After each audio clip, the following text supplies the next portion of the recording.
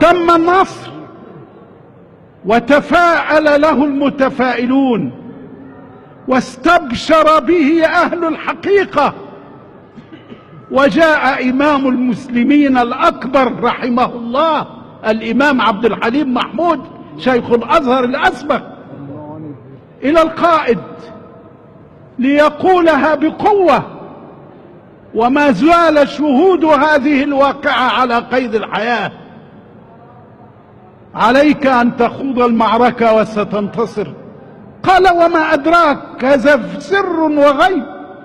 قال: لأن الرسول صلى الله عليه وسلم قال: من رآني في المنام فقد رآني حقا، فإن الشيطان لا يتمثل بي، ورؤيا الرسول صلى الله عليه وسلم يعبر بقوات المسلمين.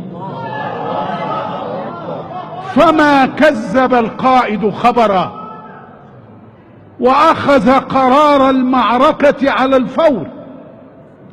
وانطلق الإمام عبد الحليم محمود رضي الله عنه إلى منبر الأزهر الذي كان يقف عليه الأئمة في كل ملمة، يستصرخ العالم الإسلامي وينادي الأمة ملوكا وأمراء ورؤساء أن هذه حرب في سبيل الله، من يقتل فيها شهيد له الجنة، ومن ينكص على عقبيه مات على شعبة من شعب النفاق.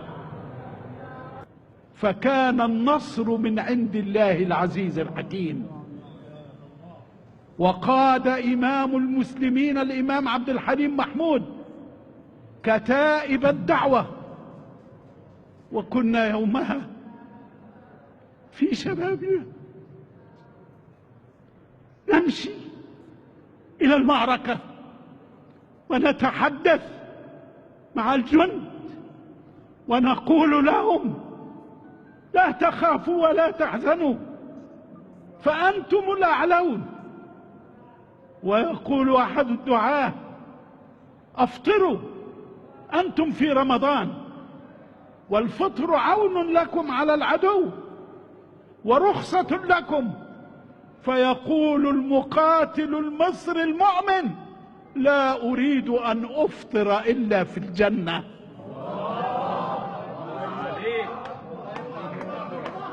من المؤمنين رجال صدقوا ما عاهدوا الله عليه، فمنهم من قضى نحبه ومنهم من ينتظر، وما بدلوا تبديلا.